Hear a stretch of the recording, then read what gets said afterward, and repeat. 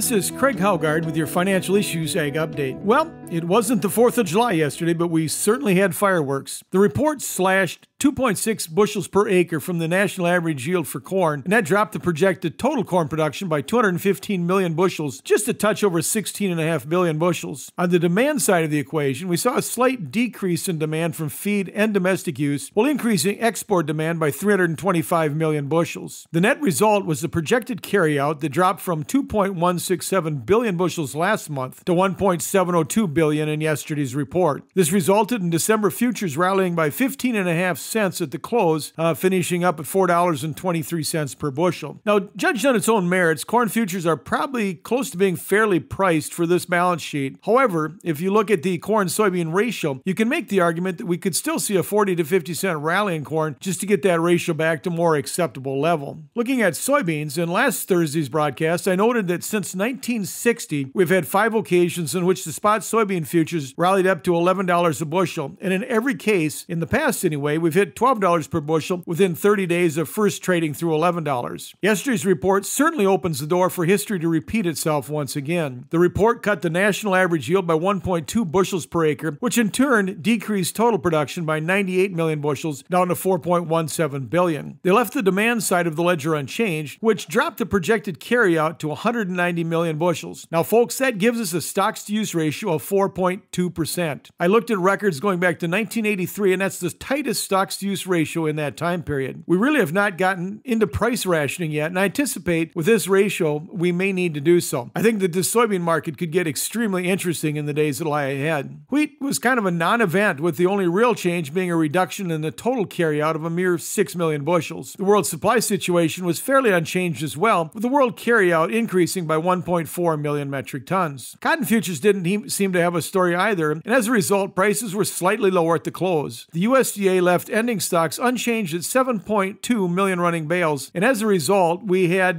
December futures down 15 points, closing at 69.85. Livestock futures were mixed. We had December live cattle futures ending the day 5 cents higher, while January feeder cattle were down 32.5 cents at the closing bell. Lean hog futures were weaker as well, with the December futures 47.5 cents lower at the close. Class 3 milk futures turned in another good performance. At the finish, we had November futures 35 points higher, settling at 23.81. Now, this market is still inverted, with the December futures ending up 75 points higher yesterday, although they closed at 19.81. Meat cutout values were mixed. We had beef had just a huge day, with chopped choice boxed beef up $4.86, closing at $222.25. Select boxes were $6.18 higher, as they settled at $208.55. Pork carcass cutout values, on the other hand, slipped a bit, closing down $2.71 to finish at $82.98 per hundredweight. This has been Craig Haugard with your Financial Issues Ag Update. We'll be right back with more financial issues after this.